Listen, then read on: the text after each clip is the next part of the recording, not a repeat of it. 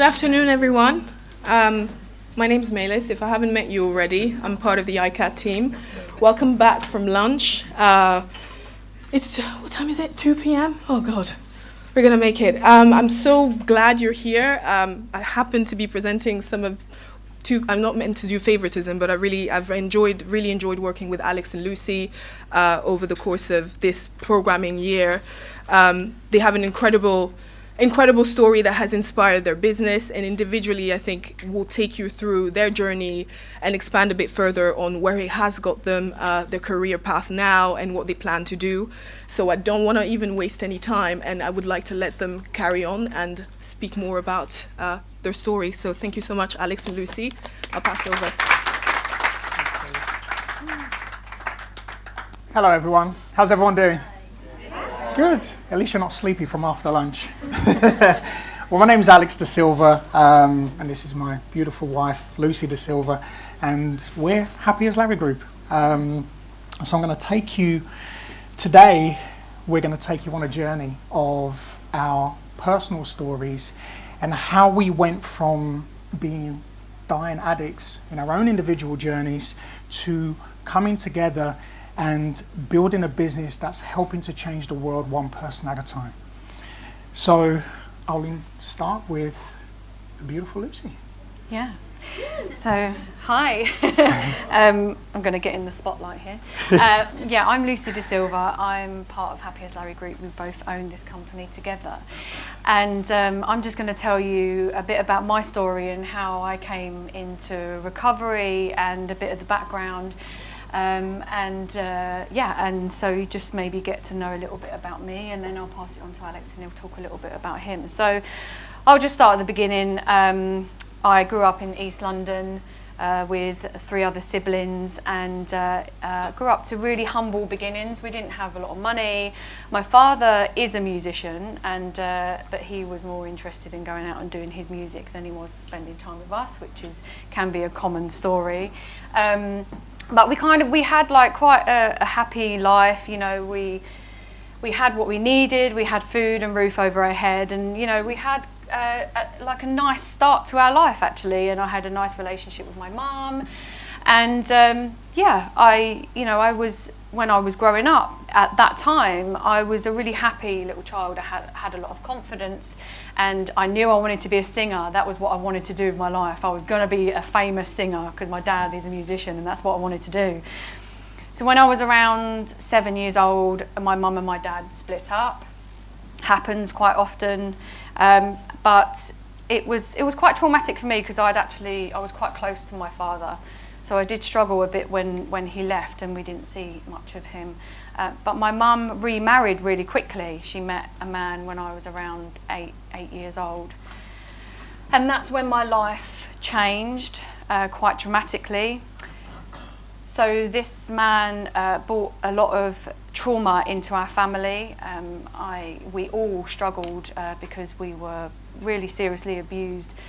There was a lot of violence, and there was, you know, some sexual abuse as well, and that was, you know, it was awful to go through.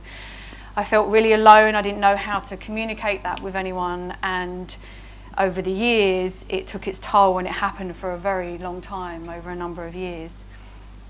When I got into my teens, I left home when I was only 15, and that felt like freedom for me because I was so confined in this space, living in this home with this man that was very, you know, like I say, very violent and very overwhelming, very controlling, and I was free.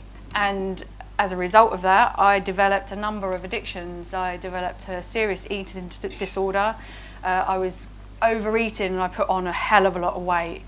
And I developed an alcohol addiction, and that developed over a number of years and got worse and worse and worse. Then it turned to bulimia, and I was bulimic for a number of years as well. And as these things do happen, you come to a point when it just gets too much, you know, and I'm sure there's some people in the room that understand that you come to a point when it's a rock bottom and you can't carry on like that anymore. And my rock bottom came to me when I was 30 years old, and I was so lucky that I was working in a company at the time that sent me into treatment, because there's no way I'd have afforded to pay for that myself. And I was so lucky that the treatment centre I went into was a 12-step treatment centre, and the work they did on me was incredible. I was at a stage where I was ready to ask for help. I was ready to accept the help that I was getting. So over a certain amount of time, I was in there for the 28 days, and I came out and I got myself a sponsor, and I worked the program, as we know about the fellowship, and I got sober, and I had a bit of sobriety, and I thought, you know, I think I'm all right now. You know, I can go out and do stuff on my own. I don't need to really do this sort of fellowship stuff anymore. And I relapsed quite quickly, because what happened was that I had a lot of trauma that I had not processed yet, and I needed to do a hell of a lot more work on myself. And that was a bit of a wake-up call for me. I was able to see, you know, this journey is not going to stop when I've got to a certain step. It's not going to stop when I've done step 12. I've got to carry on and dig deep and continue to grow. And that was a real valuable lesson for me. I was able to learn a lot about myself. I was very humbled. I was working as a peer supporter in this treatment centre, and I'd gone in, this is when before I'd relapsed. I'd gone in and I was telling them my story about how amazing my life is, and I'm sober and it's great. And I wanted to be perfect. I was living this. I had a very perfectionistic attitude anyway, but I wanted to be this almost a calendar recovery girl. And yeah, and I gave them this message of like, look how amazing my life is, look how amazing I am. And the next day, I went back in, and one of them said, "Oh, you're giving peer support again?" And I said, "No, I'm actually drunk." So that was quite a humbling experience for me. So I had to sit in the group with people that I told a couple of days before how amazing my life is, and I was humbled. But now I see that as a really, really important lesson for me to learn, that my journey will never stop. You know, I'll continue to grow, I'll continue to work on myself, I'll continue to become a better person. So after that, it was different for me. You know, I started to relax a little bit more into my recovery. I started to understand a little bit more about me and what I needed to do for myself, and discover things that I enjoyed for my own life and where I wanted to go. And I'd always had this view that I'm going to be this singer, I'm going to be this amazing superstar. But actually what I realised was how I was going to become maybe more, in the spotlight, is to help people. And that's what I wanted to do. So I started to train as a counsellor.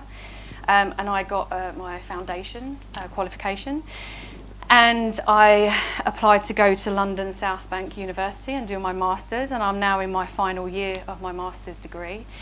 And I was so lucky to do that. I didn't have any other qualifications. I came out of school with 2 GCSEs, I think, and they were even at a C or a D level, nothing special. Having those opportunities that were presented to me, they just kind of fell into place, and I was able to be receptive to them because I was ready for them at that point. So that's where I went quite soon after that relapse. I started to develop myself on a personal level. I stayed in the fellowship, and I still do practice those principles to grow as a person. And that's where my story has taken me so far, without moving on too much, because we're going to go through things, as we walk them through and develop. But so what I'm going to do is I'm going to introduce my wonderful husband, Alex Da Silva, who's going to tell you a little bit about his story and background.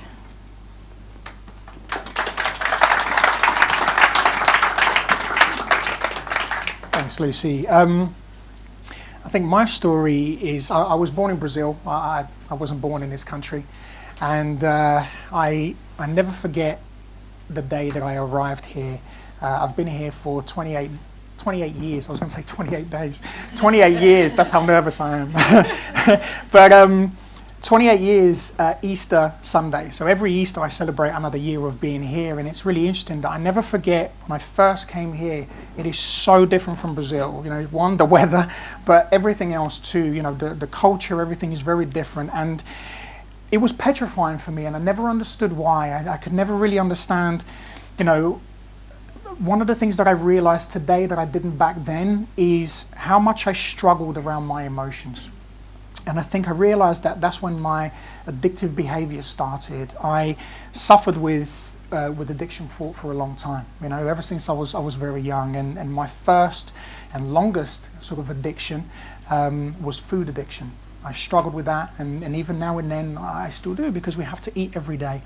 And for me, as kind of life went by, I started to realize the damage that was doing to me. And I couldn't really understand why I was doing it. I couldn't really understand where it began. To be honest, I never thought it was even going to end. But I started to understand that the relationships that I had in my life. You know, one of the relationships that I had where I struggled was with my mother.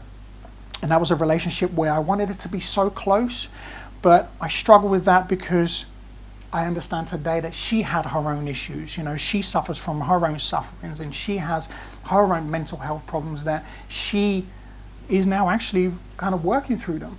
But at the time it was very difficult, and growing up in Brazil, I grew up with this most beautiful woman who was my grandmother, and she showed me love, kindness, care, compassion, community, you know, that sort of just to be able to embrace people. Doesn't matter where you come from, what your background is. She was always there to kind of put a hand out and say, let me help you. How can I be of service? And I learned those values at a very young age, you know, and that was such a beautiful thing, because I now understand today with the work that we do that from the ages of 0 to 11, 12 is when we're like sponges, you know, we learn everything, and some of the lessons that we learn in life during that period is who we then become, you know, as adults later on. You know, some of those behaviors we carry. And I'm so grateful to her every day that I learned some of those really beautiful things from her. So when I came over to the UK, I lost that connection. I lost my comfort, my safety, my love. I lost that with her. And then I was with my mom, and I was with my family here, and coming into a country where you have, you know, one, I couldn't really speak the language. Two, it was really hard for me to kind of connect with people because of the barrier. So for me, the first thing that I did was to isolate. You know, I became an isolator. I'd stay at home and I'd draw and I'd go into fantasy land. I'm very creative, and I understand today, I think most people that suffer with addictive behaviors, they are very strong around that. You know, we're very, very creative people. We think big. But unfortunately, I think our insecurities limit us. You know, we just kind of limit us slightly to be able to actually action on that. So for me, it was just dreams, and my dreams went on paper. And even as a young kid, I have these kind of flashing memories now, thankfully, because I can experience my emotions of writing poems, you know, as a young kid, and getting emotional. I remember once writing one about a clown, and I burst into tears because I felt the pain of this clown that I never knew, but I drew the clown and wrote a poem. So I was a very emotional little boy, but who wanted to be heard, and who just wanted to kind of share his affection, because people that know me, and there are a few people in this room, you can see me smiling from a mile away. But my smile became my defense mechanism as well. So you wouldn't be able to understand or know whether I was okay or not, because I would always be smiling, you know, and that became my biggest defense mechanism for me.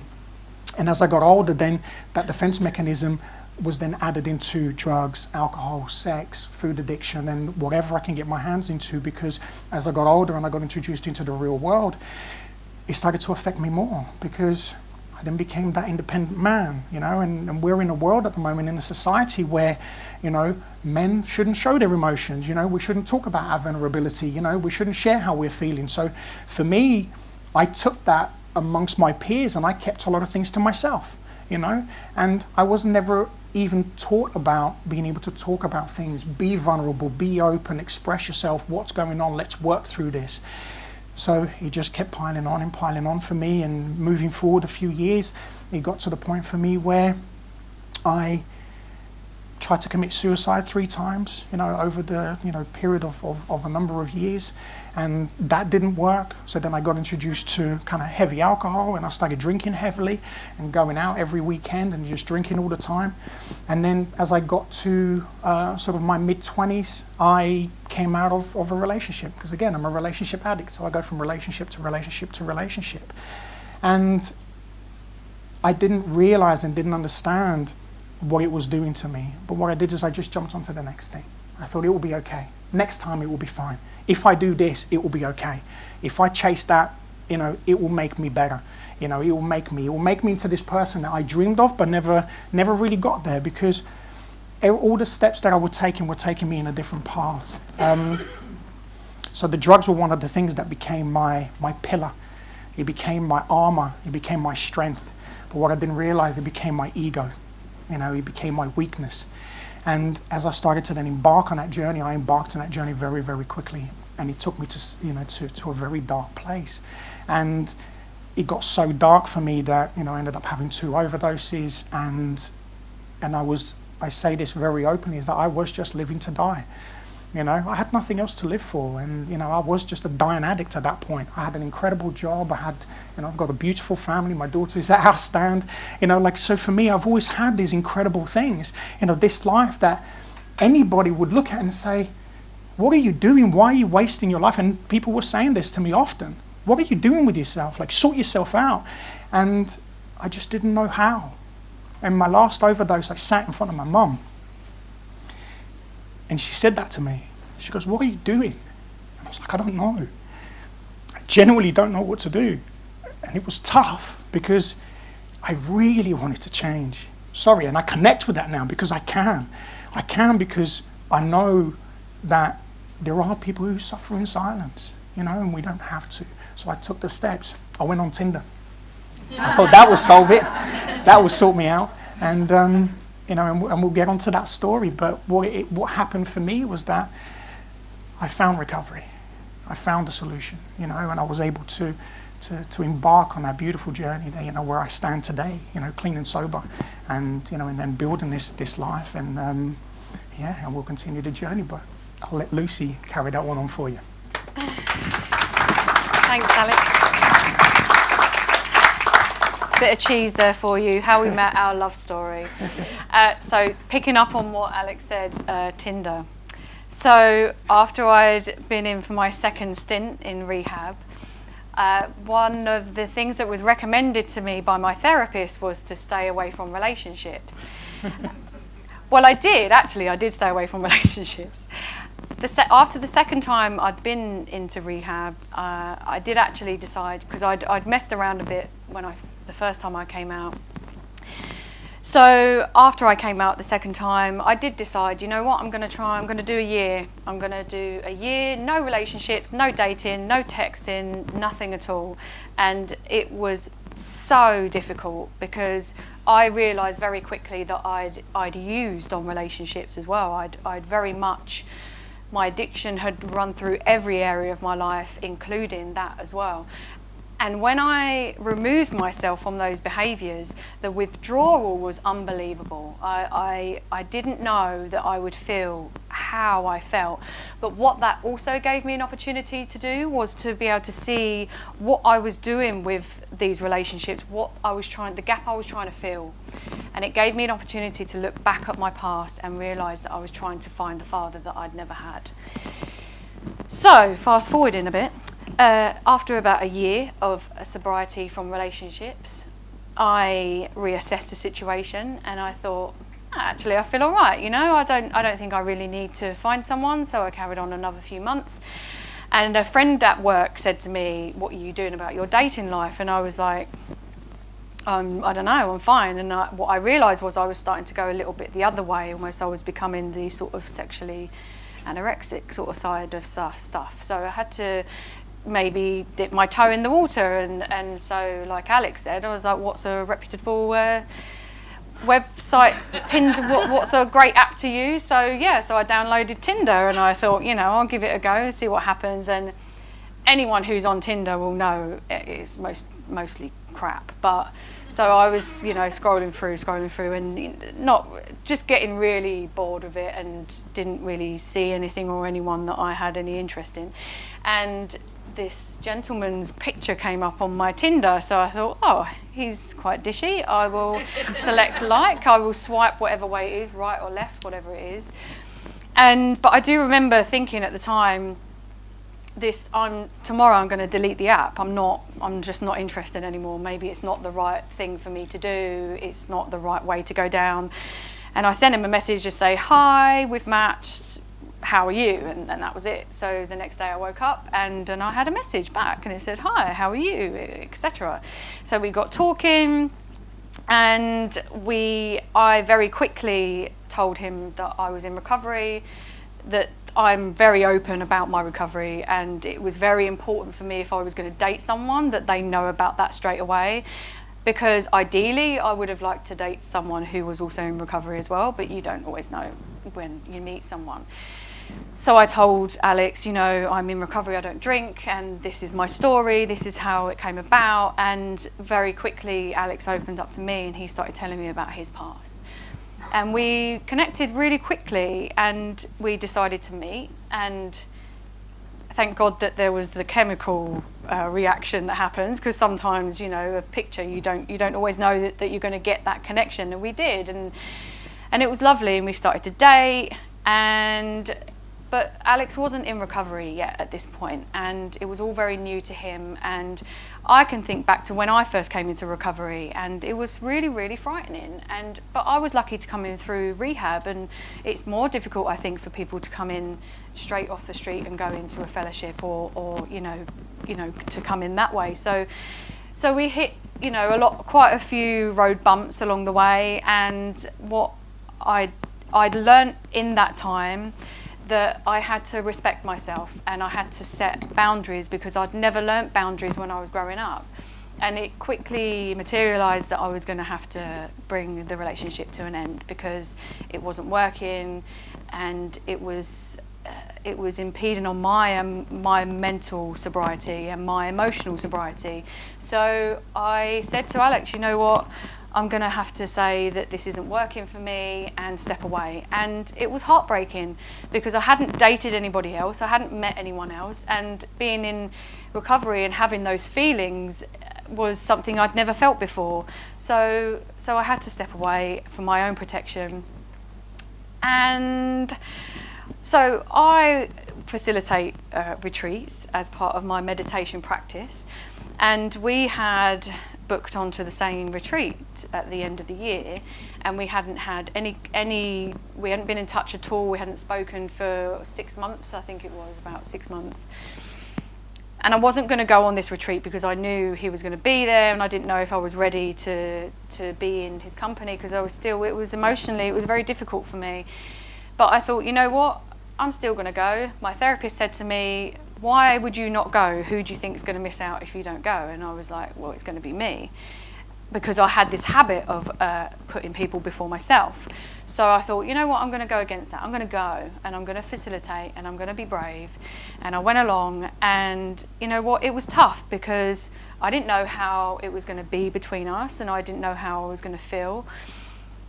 And as it turns out, which I didn't know since the time that we hadn't been together, Alex had worked on himself, and after we left the retreat, he was determined to drive me home, which I kept resisting to and saying no, because I don't want to be in the car with you for a few hours, because I don't know how I'm going to feel or if I can trust myself being with you. And he convinced me, and in that car journey he told me that he was still really in love with me, and that he didn't want to carry on not knowing me in his life. And so after that point, I obviously had to make a few decisions for myself, and was it right for me?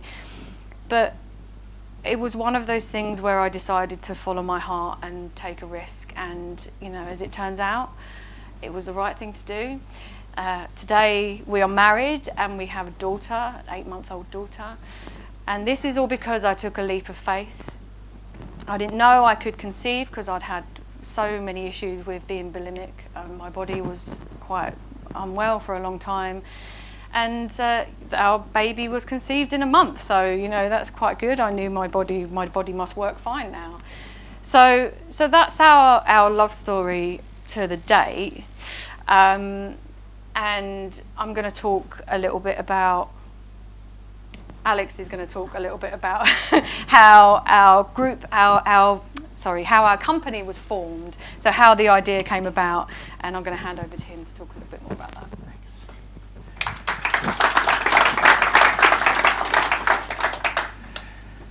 See, men do struggle with their emotions.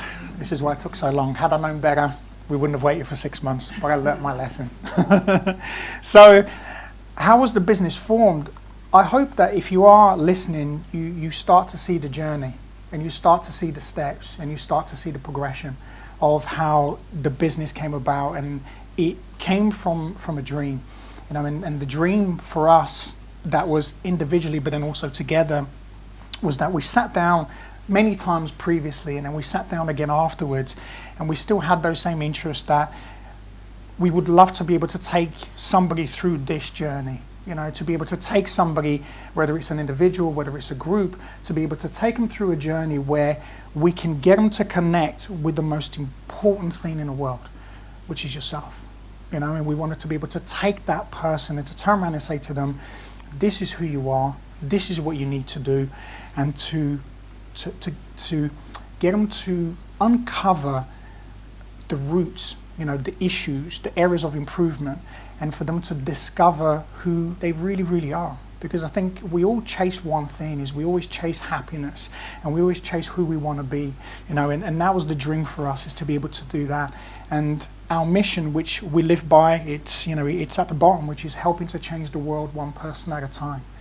You know, so we wanted to kind of connect those things together to be able to offer individuals an opportunity to live their greatest life every single day.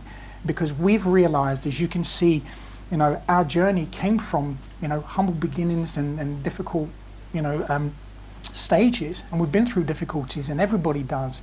But what we also learn is that we can all come out the other side. It's not impossible. Everything is possible, and I say this every single time. And our goal is to help change the world one person at a time, is to really help people to connect, to really help people to channel that fire that's inside them, you know. And when I first heard that, I thought it was so cheesy, but actually it's the greatest thing that I have. It's my emotion, it's my vulnerability, it's my truth, it's my honesty, it's the power that's within me that I know that I can channel to then become the best version of that me. And that was the sort of the goal, is to be able to have somebody stand in front of us and say, Jesus, I never thought this was possible. And in fact, we have two people here who are sat, you know, who has been through this. You know, they've been through this journey with us, you know, and they can vouch for it. And we work to these three principles, which is healthy mind. You know, we all wake up in the morning and, you know, the Alex FM is in there, and, you know, and he starts off telling me what's going to happen, and we all have that, you know. Sometimes for us it's a positive thing, sometimes it's negative, but the mind is one of the things that is one of the most powerful tools that we have. You know, it's been around for billions of years, and it's the brain, and it serves a purpose, is to protect us, fight or flight. So we work on that. We work in order to get you to have this beautiful, healthy mind, so you are positive and you are effective and you do action things. And we work on your body. Your body is what carries us every single day. You know, is when we get out of bed is what we use. You know, so a healthy body is so. You know, like Lucy was talking about losing weight, you know, and being overweight. I was exactly the same, you know, I was exactly the same, and my body was not in a good place, not only from the fact that I was obese, but the fact also that, you know, I was abusing myself with alcohol, with food, you know, with drugs. And so we understand the importance of those two connections. And then finally, your soul, your spirit, you know, to be able to go into that and really understand who you are, really kind of connect with yourself, and to channel the three of them together. You know, we found that by connecting the three, you're limitless.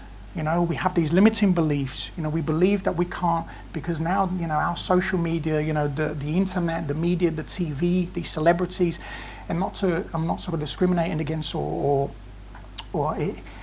unfortunately, the world that we live in, everything is online. You know, we're living to how other people look. You know, it's living to somebody else's life. Oh, they have something that I don't have. And what I've learned is that you're never going to have that, because you're not that person. But what you can have is everything that you have. And the most important is the person that you look in the mirror. And that person, if you channel that through all of these three things, you just become, you're invincible. You can do anything. And I've believed that, and I've seen it. I've seen it with me. I've seen it with the two people who are here, and I see it with, you know, with Lucy every day, and the individuals that we have the absolute pleasure to work with. because I truly believe in my soul, in my heart, that I know that we can all change, that we can become a better version of ourselves every single day. And that's what we do. And so what we did is we thought, okay, well, this all sounds really good. You know, it sounds great. What are we going to do? How are we going to do this?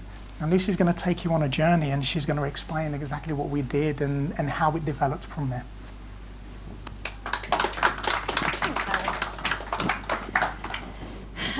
Okay, so just picking up on what Alex was saying about this idea that we had, that we wanted to show the wider world how you can become a better version of yourself. So we came up with the 30-day challenge. So we spoke about how did we start to get better ourselves? How did we start to change? And how can we then communicate that to other people? So we thought, well, let's just do something fun.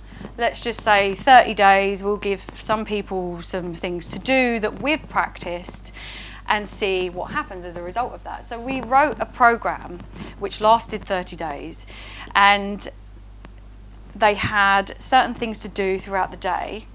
We also held a workshop where we spoke about how you can start to develop yourself in your self-esteem, how you can learn about boundaries, because these are all the things that I learned and that Alex learned when we came into recovery, because we didn't have any of these tools. We hadn't learned any of this stuff. So we wanted to pass on what we'd learned to this group of people, and then just see what happens, and just look at it over the 30 days and monitor it over the 30 days. So how we did that is that they would have a routine in the morning, and then they would practice these boundaries and self-esteem stuff during the day, and be more self-aware throughout the day. And then in the evening they would do a vlog, a video diary. They would send the video diary to us, and we had a WhatsApp group which included all the participants, and during the day they would share, oh, something happened to me today, and that's when the support starts to come in, and that connection that really helps people to grow, to see that there's other people that are experiencing similar things to what they're going through. So who took part? So there was a really varied people that took part in the challenge. Some of them were in recovery already, and they were looking to develop themselves a bit further. Some of them had not done any work on themselves in terms of working on their emotional intelligence or having any sorts of therapy or anything. They were just searching for some answers. They wanted to become a better version of themselves, and we advertised it online, and we had a few people come back to us, and they decided to take part. So we had 10 people originally, 8 people completed the challenge to the end. And yeah, so forming the Happy as Larry family culture initially was the WhatsApp group. So they would share on the WhatsApp group, like I said earlier, about how they're feeling and how things have developed for them over the day. And what we also did was, because we were leading it on a weekly basis, we would oversee the videos that they'd sent to us, see what the general gist was about, look at each individual and say, oh, so-and-so is struggling with this week. Let's see if there's anything we can give to them to support them through this. So, for example, someone had struggled with their self-confidence, we would then give them a challenge to try something that will put them out there, that they can, let's go the opposite way, and let's try something that's going to push that person and see what they can do. And we would ask them to put that in their video blog of an evening as well. What we would do then at the end of the week is we would do a video together, and we would round that all up on a weekly basis, and we would say, okay, I'm not going to mention any names, but so-and-so, you mentioned this week that you're struggling with this, so we want you to do this. And we would invite everybody else to take part in this challenge as well. So the results, at the end of the 30 days, we had a retreat. So we went camping, and we did our first retreat as a company. And we got together for 3 days, and over those 3 days we did a round off of the 30 days, but what we did is we did groups. I was already training as a therapist, so I'd started to practice in the voluntary sector, so I'd started to facilitate group therapy. So we did some group processes, we did some one-on-one stuff, and then at the end of it we combined that with a lot of meditation as well.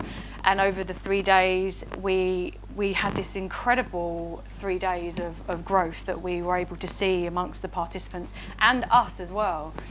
And we had a graduation ceremony for each of them, a certificate with all of with over the 30 days, everything we'd seen happen for them, we'd listed it out for each individual. And then we'd given them the recommendations that we think, hey, you know, we noticed this about you. Why don't you try this going forwards? Why don't you see if this is going to work for you? So I come from a therapeutic background, and Alex is more like the coaching and goal-orientated stuff, so we would set goals for them as well. So that was the results, and it's progressed since then. So we're going to talk about how we built our brand and also how we manifested our work, so all the stuff that we've done so far and that we've got coming up. So I'm just going to pass over to Alex.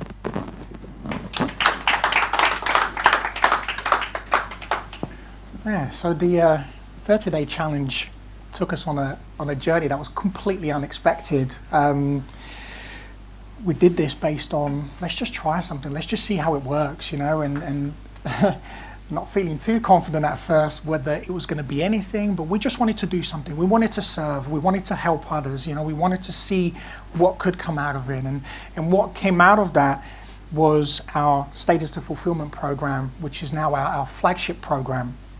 And it has a lot more stages now, it goes a lot deeper, and what we do is we base that one around helping to change the world one person at a time, but also it's also based on our 3 key principles, which is healthy mind, healthy body, healthy spirit. So we take individuals through this journey, and the program, the effects of the program has thankfully been incredible and such beautiful results. The manifestation, and I want to talk about this because I know as I'm now standing here, it kind of freaks me out because 2 years ago, Lucy and I came here as delegates, and we were in another room and we were listening to a speaker, and it was beautiful because we were feeling so motivated and we were so young in our business, and we had just kind of set up the name, and we thought, let's come to iCAAD, let's see what this is all about. And my son was with us at the time, and he turned to us and he says, you know what, I can see you both doing this.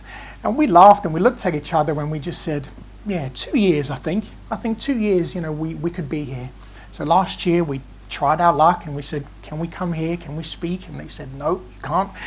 So here's the weirdest thing, and again, hopefully you're taking something out of this journey, is the journey that we understand, the journey that we believe in. I believe in this more than anything in the world, and Lucy does too, is that anything is possible.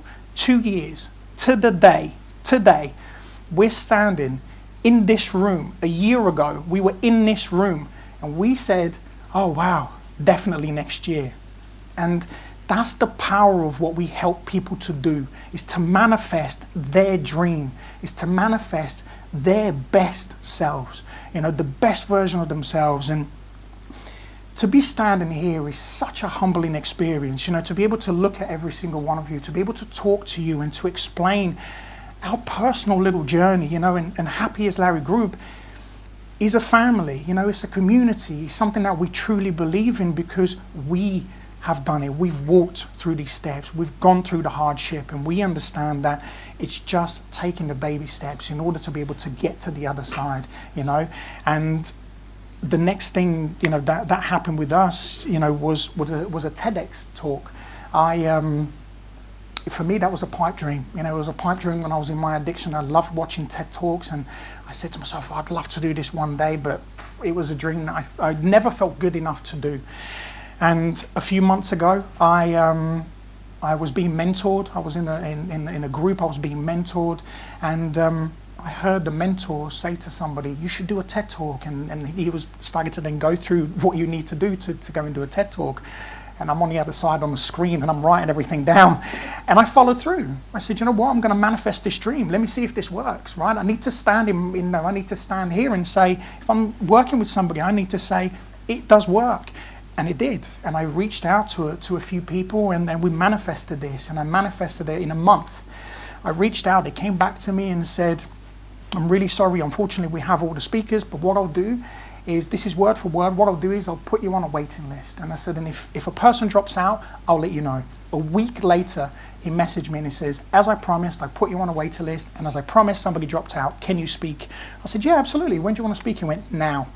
I was like, oh my God. So we got on the phone and we started talking, and it manifested. Unfortunately, there's been a delay with the TED Talk, but it's going to be out soon. And the brand for us, building this brand and the manifestation of our work comes from love, from care, from compassion, from true belief of what we can do and what we can deliver. But it doesn't come from an egotistic place. It always comes from service. How can I serve you? What can I do to help you to be better? And so when we talk about these things, when we showcase this, it's a showcase of love. It's a showcase to say that you sitting here, you standing there, wherever you are in the world, whether you're listening or watching, this is possible. Every single thing that we project out there, we get back, whether it's good or whether it's bad.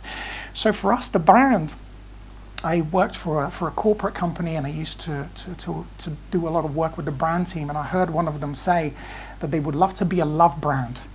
And there were very small companies that are love brands. There is a very popular phone out there who is a love brand. And to be a love brand is a huge thing. And I remember saying to Lucy, I said, we're going to be a love brand. We're going to be the one brand where people can come to and say, I know you can help me. I know you can change my life.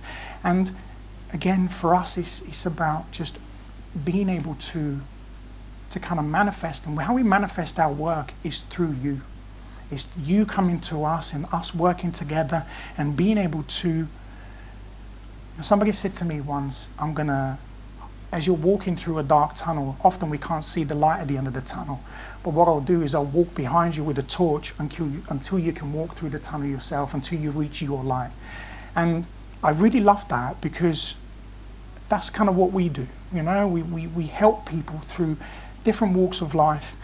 And, you know, we help them to reach that goal. So for us, you know, everything that we do here is based around that, and it's all based around manifestation. And I'll let Lucy kind of finish this bit off, because she's going to talk about a few things that she's going to be doing. So, yeah, thanks, Alex. I'll let you carry on. Thank you. So the next point actually is the Channel 5 documentary that I'm going to be appearing on the 16th of May. We were approached by some researchers who wanted to hear a little bit more about our story and where we came from. And they asked me to appear on their documentary talking about my addiction. And so my episode, the episode I'm on, is going to be shown on the 16th of May, which I think is next Thursday. So that again is something that it just, yeah, thank you. Thank you. I'm so proud of myself that I'd put myself out there. But like Alex was saying about the whole manifestation stuff, Alex and me are different in the way that I can take a step back and I can almost be the sort of submissive personality. Alex is out there and he's like extroverted and he's like, yeah, let's do it. And I'm a bit different. I'm more the kind of, okay, let's take a step back, let's be a bit calmer about these things. And you know, the negative side of that is that sometimes I struggle with my self-confidence around things. And that means that I can still have limiting beliefs for myself and what I'm capable of doing. And Alex is the one that's showed me that I don't have to have that anymore. But I've had to go through a process of learning that by doing this work, that I don't have to doubt my abilities anymore. I don't have to listen to that voice that used to say to me that I'm not good enough and I'm not worthy and I'm never going to get anywhere, because that actually wasn't my voice. That was somebody else's voice that was telling me that stuff. And all these things are happening because I could trust someone for once. And, you know, as codependent as it may sound, that is my husband. And whether that's codependent or not, I don't know. But what I do know is that I've been able to, because I've been able to trust someone else, I've been able to learn actually to trust myself. And that's where the growth for myself has come. And those limiting beliefs are beginning to fade away, and I'm beginning to believe in what I can do, believe in what I can do, and believe in what we can do as a couple and as a company as well. And but I still work on that stuff, you know. I still work on believing that I'm capable of doing this stuff. And one thing that Alex says over and over is says who? Says who? Why? Why are you going to listen to somebody that says that you can't do this or you can't do that? Why? Just don't listen. Just go ahead and do it. And then if you fail, then that's a lesson and you can learn from it and you can grow from it.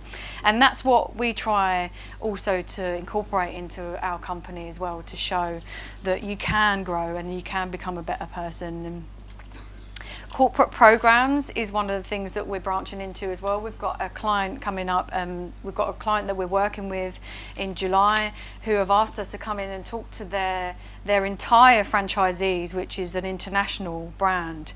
And they've asked us to come in, tell us their story. They've asked us to pass on a message of hope of what I was just saying about how you know, don't limit yourself. You can achieve whatever you want to achieve. You just got to remove that fear. And as a result of that, we're going to be working with those franchisees up and down the country, and we're going to be delivering our program, our 10-stage program. And that for us has been a massive leap into the corporate world, which we are, you know, we're developing in as well. As we're developing, we're growing in the program, and we're growing as people as well. You know, individually we're growing. Seminars and keynote speaking, here we are at iCAAD, amazing. And also, like I mentioned about this company that we're working with, they've asked us to do that, so we're going to be doing that going forwards. I've got possible TEDx talk myself coming up, so yeah, we're going to be the face of TEDx as well.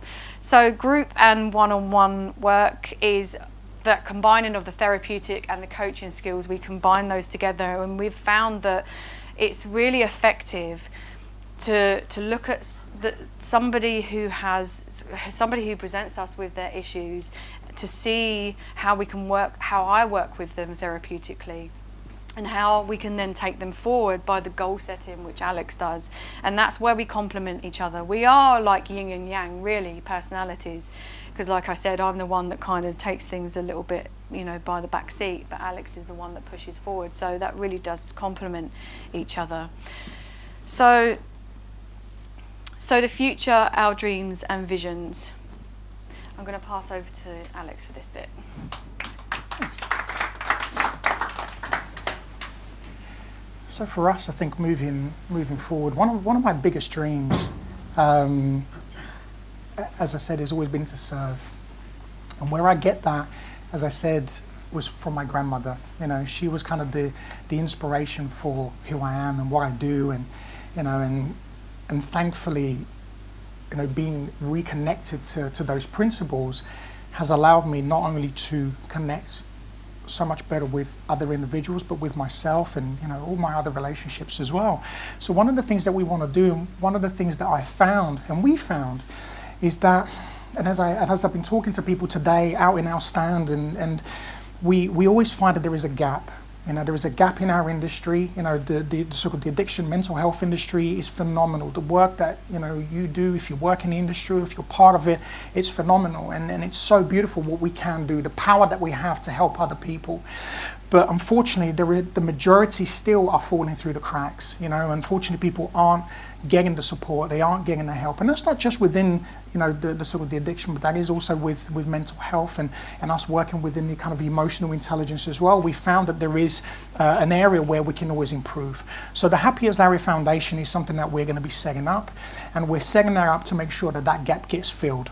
Our goal is to, as we grow and we develop the business, is that we are going to self-fund. So every single person, it's the pay it forward model, is every person that we help, they will then contribute to that foundation. You know, and we want to grow our business. We have different areas of our business which we're going to develop, that we're going to be launching.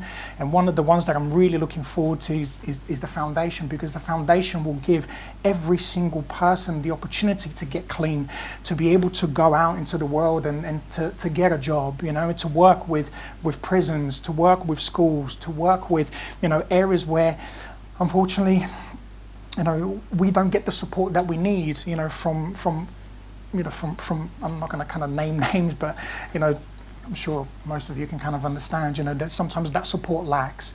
And we just thought to ourselves, why wait? why don't we just do it ourselves? Let's lead from the front. And that's what we want to do. And we want to be able to connect with other businesses, and we want to be able to collaborate and to keep growing and to keep developing and to keep pushing this to the world, And as we always say, says who? If we want to go to Africa, we want to go to Brazil, we want to go, anywhere in the world, and to turn around and say, okay, look, we've got a crisis. All right, let's go and help. What do we need to do? That's the goal. That's how big this is. That's how much passion we have about this.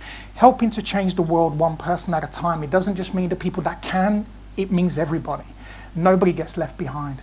So that's the goal. And as you can tell, the sort of the Happy as Larry community and the worldwide vision for us is to grow that community through the Pay It Forward, through the online work that we're going to be doing, through the seminars, the talks, the one-to-ones, the group sessions, the corporate work, all of the things that we described.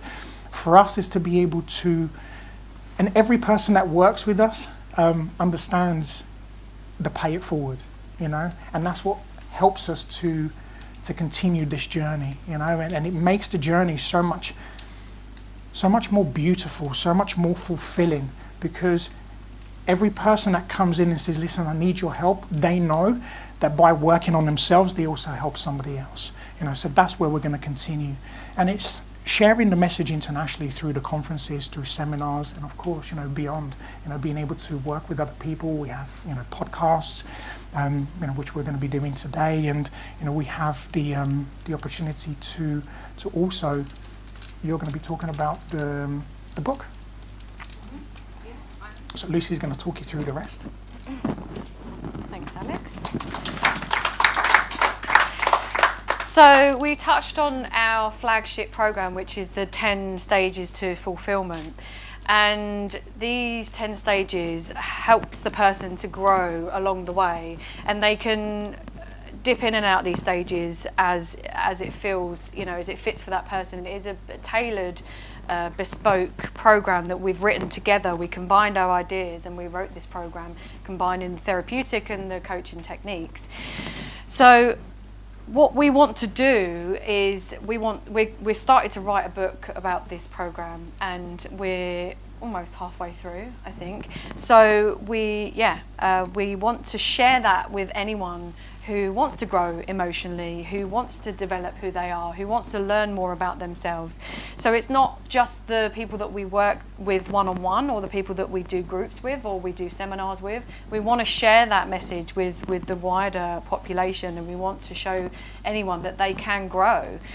So that is going to be our self-help Happy as Larry book, but that's it's going to be based on our 10 stages to fulfillment. So communicating to the future generation as well. We mentioned earlier we go into schools. What we're trying to do as well is to communicate to our family as well, to show them that everything that we've learned, and we want them to take that forward as well. So the growth that I've had through developing this program, I can pass on to my daughter now. She's only 8 months old, but I can show her what I didn't have the opportunity to learn about myself, and that I wasn't taught growing up, and that hopefully she can grow in the family and in the business as well, and she can become emotionally intelligent, which is something I wasn't given the opportunity to do. So also communicating to the future generation is we said about the work that we do in schools, and we want to also write some children's books as well, which is going to be based on emotional intelligence and how they can begin to learn about their emotions and what their emotions mean, and how they can express how they feel, and how they can then talk about their thoughts and not allow these things to manifest into something that then develops into issues which could be anxiety, depression, that isolation. And with kids, it's difficult for them to communicate how they feel. So we want to put that into a book, so these books are easy for these children to read and to say, oh, hey, I feel this certain way, or we can colour code them. We've got all sorts of ideas, which is also in progress at the moment. So I'm going to pass over to Alex again. This is like Swifties. We'll stay here. So what about your future? As I said, through our whole journey, we managed to manifest this, together from an idea, from a dream, from a hope. And the most important thing, you know, as we always say to people is, says who?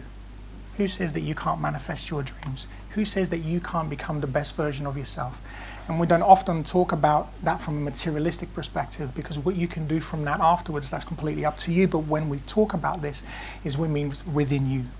So what we'd like to do is to, if you are up for this, and it's completely up to you, is we would love for you to go through this manifestation. We would love for you to manifest a dream, something that you've always longed, something that you've always dreamed of, something that you are passionate about, but you've put it off for so long, because if you're a procrastinator like me, things can just be put on the back burner. You can just let it stay there. But often the number one regret of the dying is that I wished I'd lived through my own experiences instead of other people's. I'm kind of paraphrasing this, but you know, we want to challenge every single one of you to come out of your comfort zone now and to write your dream. Just write it down on a piece of paper. You can put it down on your phone, on your notes, whatever you like, or you can take a picture and do this in your own private, you know, in your own private space. But I want you to talk about your dream. What does that mean to you? What is your dream? What are you passionate about? Is it serving somebody?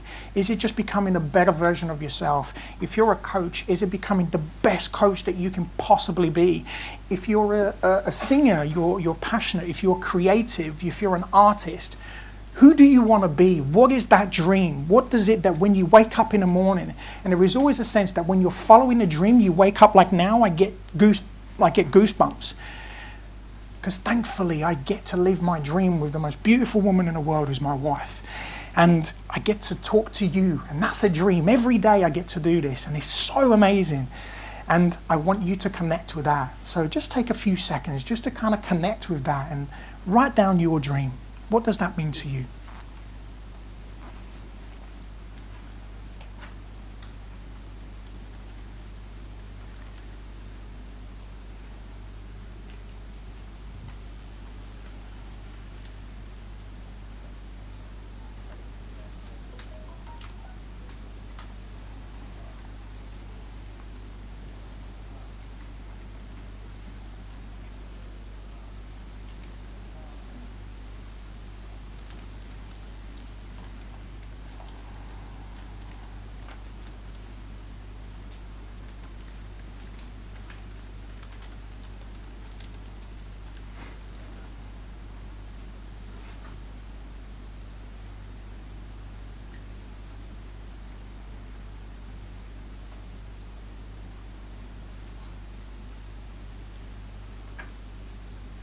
Okay, so the next one, the mission.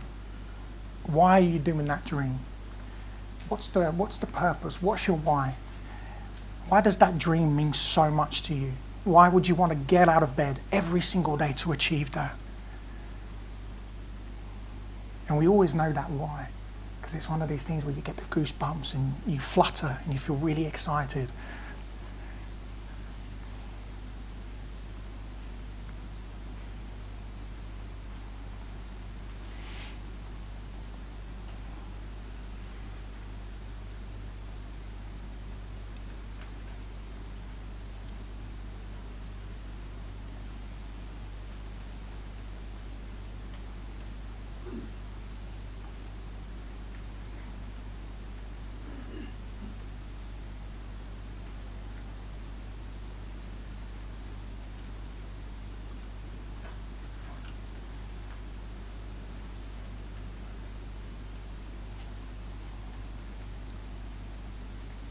So remember, the mission is your why, helping to change the world one person at a time. Our goal is to be the biggest and the best happiness and well-being company in the world. And finally, the goal. When do you want this to happen? Remember, 2 years ago, we sat in a different room, and my son said, "You can do this. We can see you here." And today, in the same room that we stood last year, we actually sat last year and we said, definitely next year. And it manifested, it happened.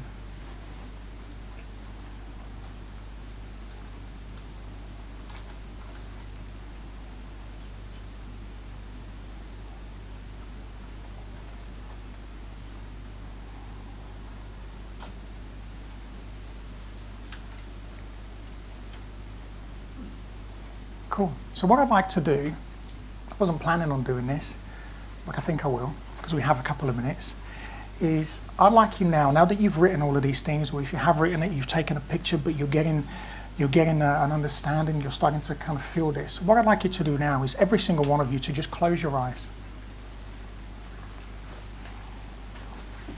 Just to get in a real comfortable place and just in a real comfortable position. I want you to take a massive, real healing and really relaxing deep breath. And just hold that in there for a couple of seconds. And release.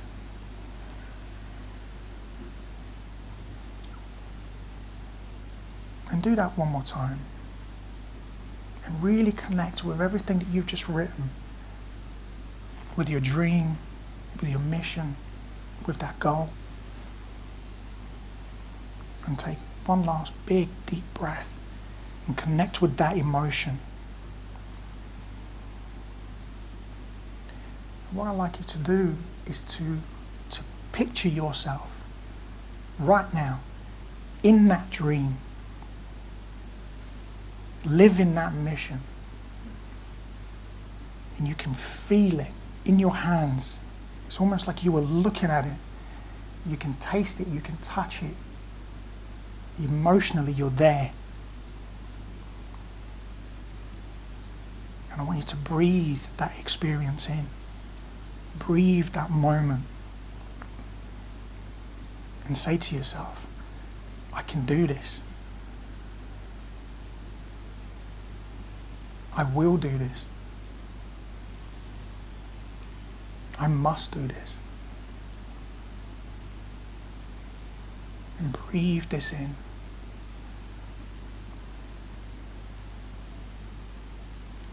And what I'd like you to do is every single day of your life, when you wake up, when you go to sleep, is you live this dream. You live your mission. You live your goal. And spend the rest of your life manifesting this. Because when you manifest one, you will be able to manifest many. Thank you so much for being here and listening to us.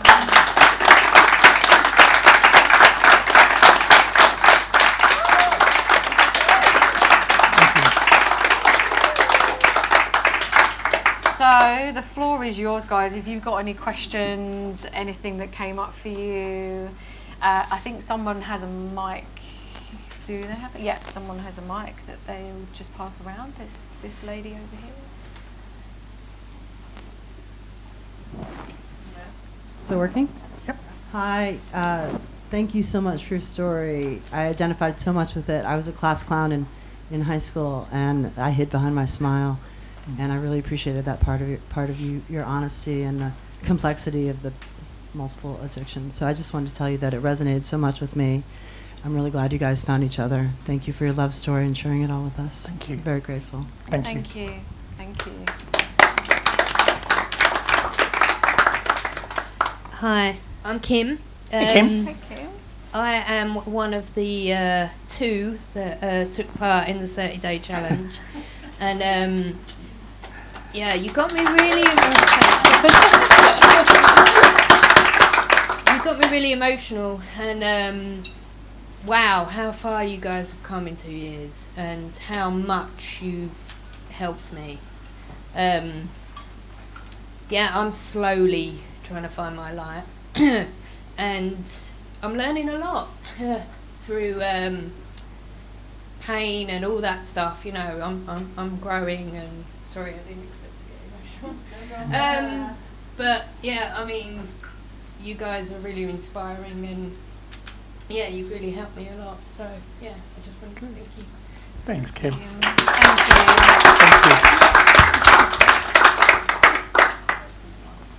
Thank you.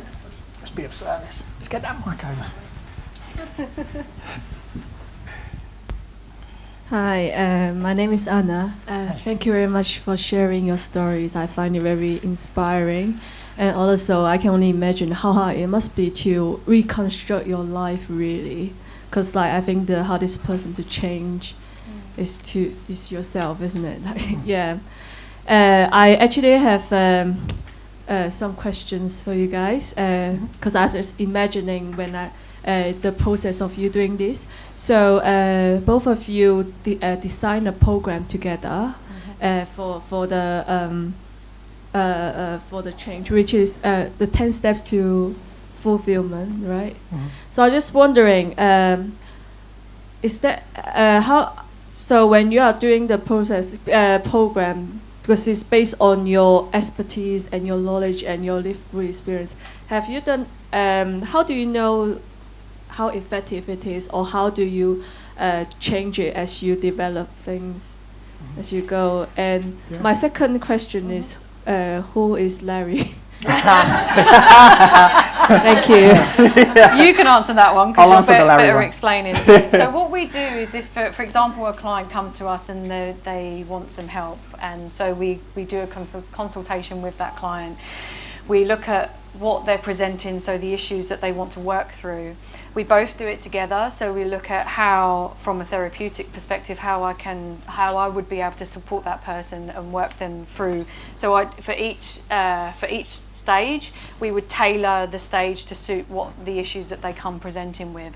So obviously everyone has like different personality types as well, so what we would do is we would take that into consideration as well.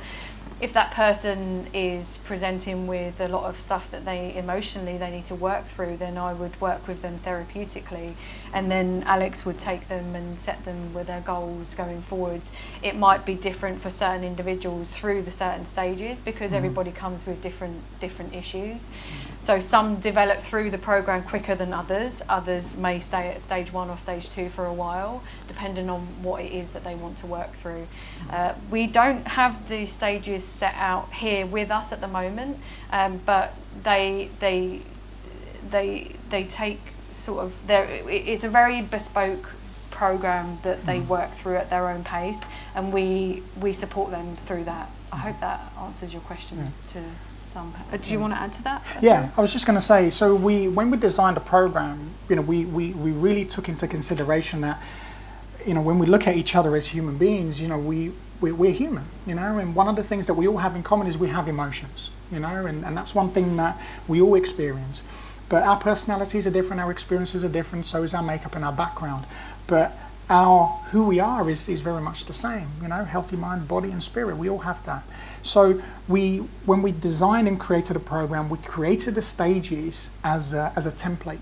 But the actual solution and how we work with the individual is based on them. So that's where it kind of gives us the real ability to be able to tailor depending on the individual. So when we worked with when we did the 30-day challenge, the individuals couldn't have been more different, and they all had their own personalities, and they all came from very different backgrounds. But it was incredible to see how they all gelled, and so that's I just wanted to kind of just add that in, because it's and I think you mentioned, how does it work? Or does it work? If you are willing to go through the stages and you are willing to go through every single stage as it's meant to, there is no way you're failing it. There is no way, because you will get something out of every single stage, and you will develop and grow, as I said, mentally, physically and spiritually every single step of the way. And it's one of those that once you kind of understand what you need to do, you just kind of put this into practice every day, and you can go back into some of the different stages, and we're always there to support, and to kind of guide you through if you want to, as a continuous journey. And we have, as I said, the 2 individuals who are here, we still work with them, so because it's a continuous journey.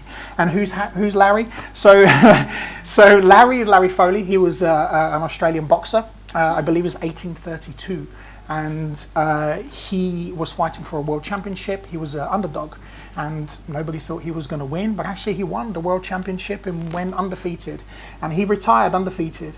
And at an interview, he had won this purse, which at the time I believe was like $100,000 Australian dollars, and that was huge amounts of money. And at the front of the newspaper they said, "Happy as Larry," and that's where it stuck. So when people say, "How are you feeling?" "Oh, happy as Larry." Well, that's who you compare yourself to. So that's where the story came from. And how it came about for us as well is that, so how we why we called our company Happy as Larry was that we were having a conversation in a car. We were coming back from, we were doing something, was it an event or something? Yeah. I can't remember. Yeah. We hadn't named the company, and I said to Alex, "Oh, how are you feeling?" He went, "Oh, I'm happy as Larry." And I said, "Who is Larry?" You know, because everyone's asking that to us now, so we really have to learn who he is. Yeah, exactly. And then we both looked at each other. We was like, "That's it. That's what we should call our company, Happy as Larry." And that's how it came about. That's how it came about. Yeah. Lovely, thank you. Thank you. Thank you.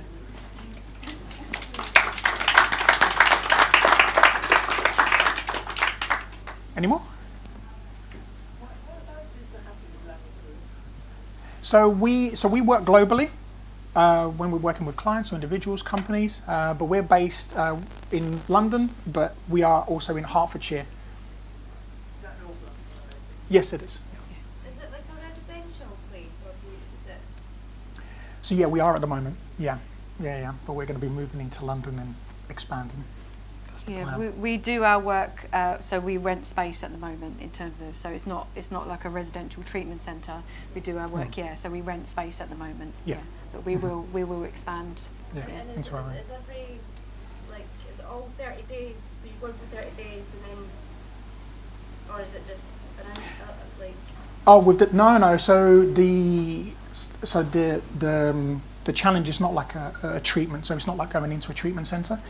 You do this on your own. So yeah. So the 30-day challenge was just something that we did it based on. You know, you can create a habit within 28 days, 30 days. So we just thought, well, let's just do a 30-day challenge and see how we can change people's lives within that time. So but the actual program itself can take. You know, you can go through it as quickly or as slow as you want to through the whole program. Typically, you know, clients that we've worked with, individuals that we've worked with, you know, we kind of go through the whole 10 stages within kind of 6 to 8 weeks. But then of course after that, they opt to have, you know, therapy, continuous therapy, because one of the stages is looking at the root problem, which is where we go into Pandora's box and really then start to kind of dig deep. So some of that stuff can be a little bit sensitive, so we have to then do continuous work afterwards. So yeah, so the program, and again, we would tailor that depending on the individual. A lot of people might come to us and with a different issue and actually realise they do have an addiction, or so that actually does happen quite a lot. So we can, as the nature of the beast, you know, so we can then obviously, you know, develop in that way with them and use our experiences. Yeah. Hi. Hi. So you said you came to this 10th stage and then you could tailor depending on what the person needed. So I wonder, how do you came to that there would be 10 stages, and what's the logic behind it? Yeah, sure. No, great question. We actually just started with, originally it was just four little stages that we wanted to go through. And as we did the 30-day challenge, we realized that there was so much more that we need to uncover. You know, there are so many different areas that we need to go into. So what we did is we sat down and just tried to think about, you know, our mission statement, but also our 3 principles that we worked with, the healthy mind, body and spirit. And that's how we then came up with the 10 different stages. So we tried to kind of just tailor it based around that. Yeah, but it was also based on, we looked at the 30-day challenge as well, and we looked at over those 30 days, what did these individuals come presenting with, what were their issues, how did they struggle, and how can we then, how can we put that into more stages, because 4 is not going to be enough for you know, the struggles that they brought with them. And we looked at what they were, and we discussed what could we do at this point, and how could we support them at this point. And that's how we came up with the template of the 10 stages. Yeah. So by learning from having done the program. Yes, absolutely. Yeah. And we continue, you know, every day. We continue all the time, you know, because that's the most beautiful thing about it, is because every single person brings an experience, you know. So and again, this is why it's such a powerful tool that we have, because it's almost like AI. It just keeps developing. You know, as we work with more individuals, this thing just grows and grows and grows, because we get to learn so much more. You know, so yeah. Any more? Thank you. Brilliant. Thank you so much, guys. Thank you.